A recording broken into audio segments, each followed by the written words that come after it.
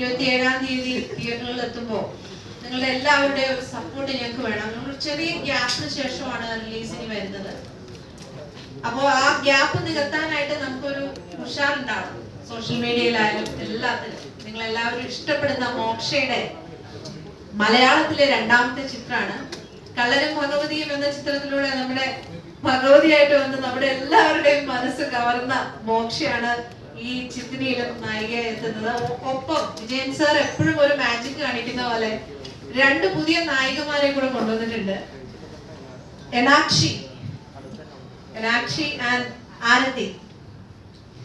Okay, എല്ലാരും ഒന്ന് പരിചയപ്പെടും. അപ്പൊ ഇവരുടെ 3 പേരുടെ കിടിലൻ പെർഫോമൻസോടുകൂടി ചിത്രി വരും. അതോടൊപ്പം അമിത് ചക്കാലക്കൽ നായകനായി എത്തുന്നു. വിനയ് ഫോർട്ട് ഉണ്ട്, ജോണി ചേട്ടനുണ്ട്. അങ്ങനെ താരങ്ങൾ ഇഷ്ടമാതിരി ഒട്ടനവധി നമ്മുടെ സിനിമയിലുണ്ട്. അപ്പൊ ഒരു ഹൊറർ ചിത്രമായി, ത്രില്ലർ ചിത്രമായിട്ടാണ് ചിത്രി എത്തുന്നത്. അതോടൊപ്പം നമ്മുടെ വേദിയിൽ ഇരിക്കുന്ന ജോൺകുട്ടി എല്ലാവർക്കും ലാസ്റ്റ് എഡിറ്റ് ചെയ്ത പടം ഗുരുവായൂരമ്പല നടയിലാണ്. ഇതിനു മുമ്പ് ഞങ്ങളുടെ കള്ളനും ഭഗവതിയുടെയും എഡിറ്റർ ആയിരുന്നു. അതുപോലെ തന്നെ രതീഷ് റാം DOP, അദ്ദേഹവും കള്ളനും ഭഗവതിയിലും DOP ആയിരുന്നു. ഇനി നടുക്കിരിക്കുന്ന ആളാണ് ഇതിന്റെ ഒരു പ്രധാന കക്ഷി. ഇതിന്റെ കഥ അനിൽകുമാറാണ് ഇരിക്കുന്നത്. കള്ളനും ഭഗവതി അനിൽകുമാറിൻ്റെതായിരുന്നു.